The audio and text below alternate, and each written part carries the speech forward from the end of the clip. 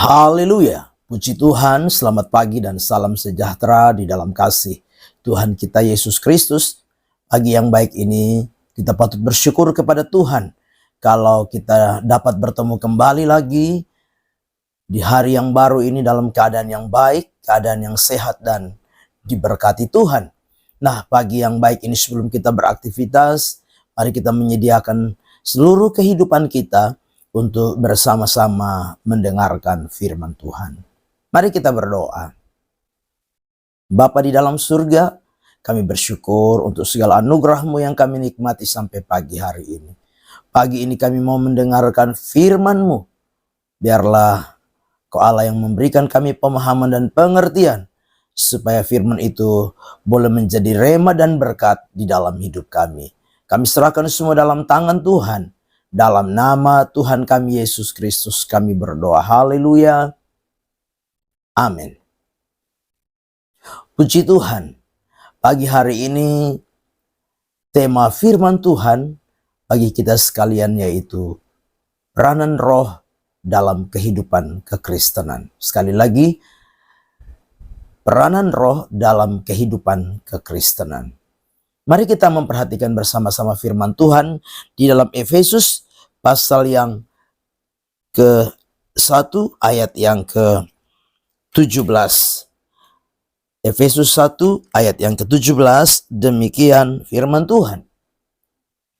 Dan meminta kepada Allah Tuhan kita Yesus Kristus, yaitu Bapa yang mulia itu, supaya Ia memberikan kepadamu roh hikmat dan wahyu untuk mengenal Dia dengan benar. Puji Tuhan. Bapak Ibu jemaat yang kekasih di dalam Tuhan kita Yesus Kristus, di dalam pelayanannya kepada orang-orang percaya yang ada di Efesus, Rasul Paulus menyampaikan surat kepada jemaat yang ada di Efesus. Dan di dalam surat yang Rasul Paulus sampaikan kepada mereka, salah satunya yang kita baca di dalam Efesus pasal yang pertama ayat yang ke-17 ini merupakan doa yang Rasul Paulus naikkan kepada Allah. Nah, doa yang Rasul Paulus naikkan kepada Tuhan bukan supaya jemaat yang ada di Efesus mereka menikmati dan menerima berkat-berkat lahiriah. Tidak demikian. Tetapi lewat firman Tuhan pagi hari ini, ada beberapa hal yang penting yang perlu menjadi perenungan bagi kita bersama-sama lewat kebenaran firman Tuhan ini. Doa dari Rasul Paulus, dia memohon kepada Allah supaya memberikan roh kepada apa? Kepada orang-orang percaya yang ada di Efesus. Nah, roh itu akan memberikan hikmat dan wahyu bagi orang-orang percaya yang di Efesus, sehingga yang pertama mereka dapat apa? Mengenal Yesus dengan benar. Bapak Ibu jemaat yang kekasih,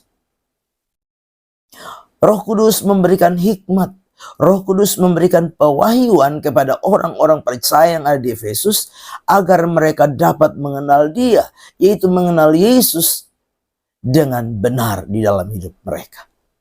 Nah, sebagai orang-orang yang percaya, di hari-hari ini dalam momen penantian Roh Kudus, kita belajar bersama-sama bahwa tidak saja orang-orang percaya yang ada di Efesus yang membutuhkan Roh Kudus untuk memberikan hikmat dan pewahyuan kepada mereka, tapi juga setiap kita yang ada pagi hari ini.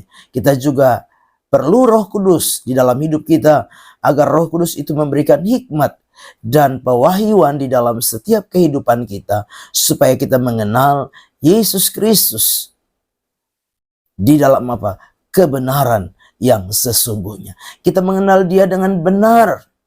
Mengenal Yesus secara utuh di dalam setiap kehidupan kita. Yang kedua, melalui Roh Kudus memberikan hikmat dan pewahyuan bagi kita untuk apa?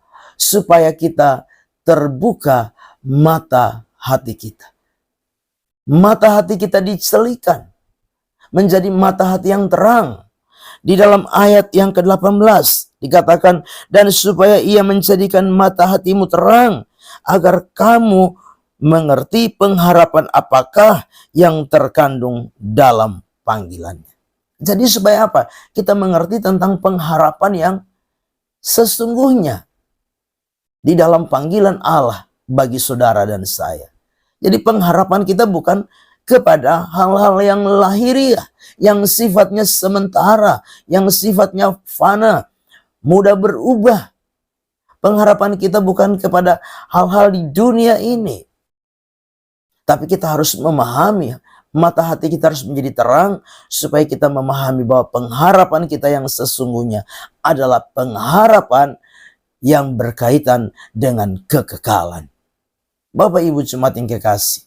Nah, kalau kita menyadari bahwa pengharapan kita itu adalah pengharapan yang ada kaitannya dengan kekekalan, maka apa? Maka kita harus lebih sungguh-sungguh lagi.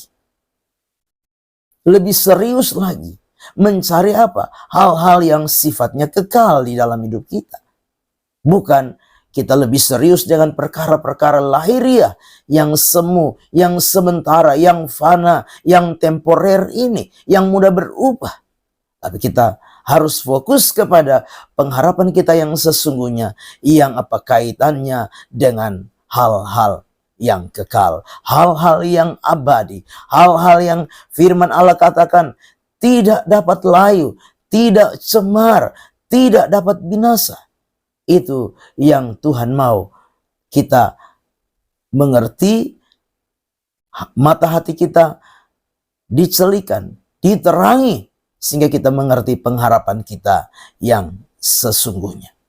Yang ketiga, dengan apa? Roh Kudus diberikan kepada saudara dan saya, memberikan hikmat dan pewahyuan bagi kita untuk kita mengerti bahwa kuasa Allah itu adalah kuasa yang hebat, kuasa yang dahsyat di dalam kehidupan kita. Di dalam ayat yang ke-19 di sana dikatakan, dan betapa hebat kuasanya bagi kita yang percaya sesuai dengan kekuatan kuasanya.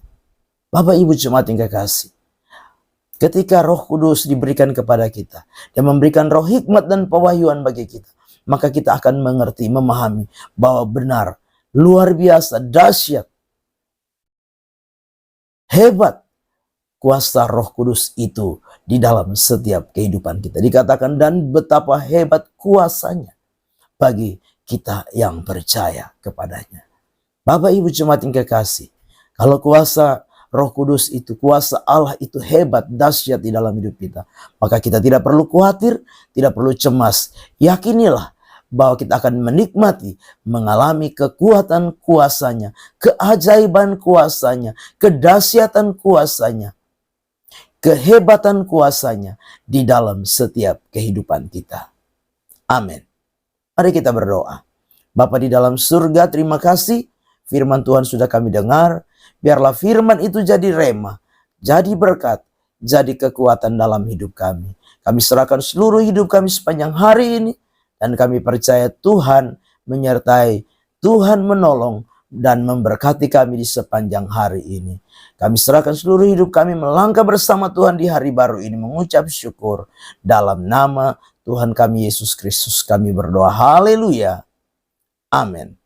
Selamat pagi, Tuhan Yesus memberkati.